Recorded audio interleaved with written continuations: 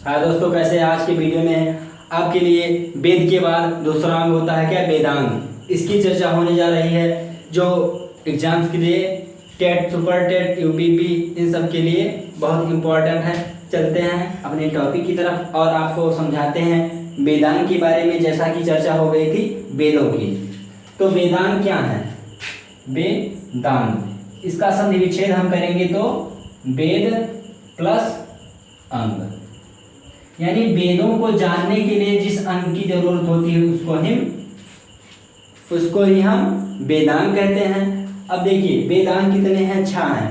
वेदांग की रचना की आवश्यकता हमें क्यों पड़ी? वेदों को भली भांति समझने के लिए, जानने के लिए हमें वेदांग की आवश्यकता पड़ी। इसके अंतर्गत 6 महत्वपूर्ण अंग आते हैं जिन्हें ही हम वेदांग कहते हैं। अब देखेंगे कौन कौन से हैं।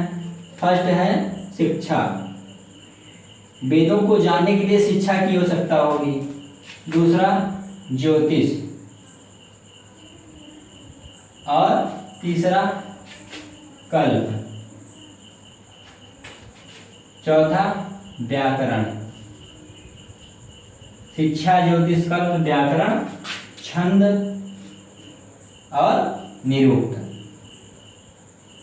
ये 5वां हुआ, ये 6वां हुआ। शिक्षा, ज्योतिष, कल्प, व्याकरण, छंद, निरुक्त। और एक बात आती है, वेदों की रचना किसने की? वेद व्यास ने। और वेदांग की रचना किसने की? वेदांग की रचना की लगध मुनि। लगध मुनि थे, इन्होंने ही वेदांगों की रचना की। लगध मुनि जो थे वेदांगों की रचना की।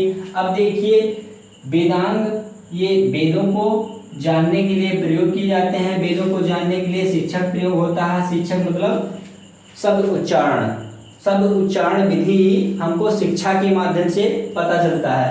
और ज्योतिष से क्या होता है? भाग्यफल या भविष्यवाणी।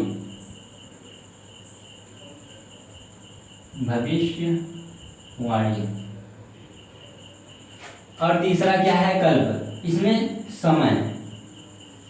व्याकरण, शब्द रचना,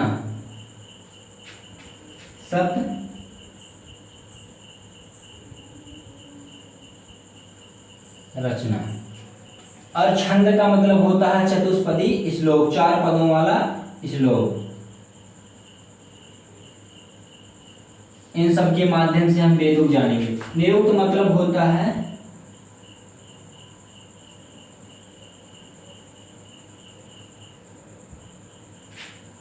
कठिन शब्दों का समावेश, उत्पत्ति।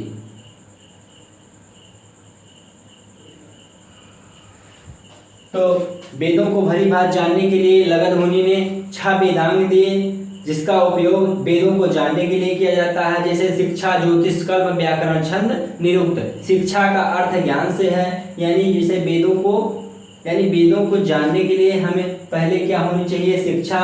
उसके बाद भविष्यवाणी होनी चाहिए, यह शिक्षा सफल है या नहीं। उसके बाद कल्प, कुछ समय होना चाहिए। उसके बाद व्याकरण, अच्छे शब्दों का समावेश करने यानी शब्द रचना को सीखना होगा। उसके बाद क्या आता है? छंद। छंद मतलब क्या हुआ? कोई श्लोक, कोई चौपाया, ये हुआ। चौपाई जैसे हुआ, 4 पद जिसमें होते हैं उसको चतुष्पदी कहते हैं। और निरुक्त शब्द व्युत्पत्ति, जो हार्ड शब्द हैं उनको समझना। तो आज के लिए इतना ही। धन्यवाद।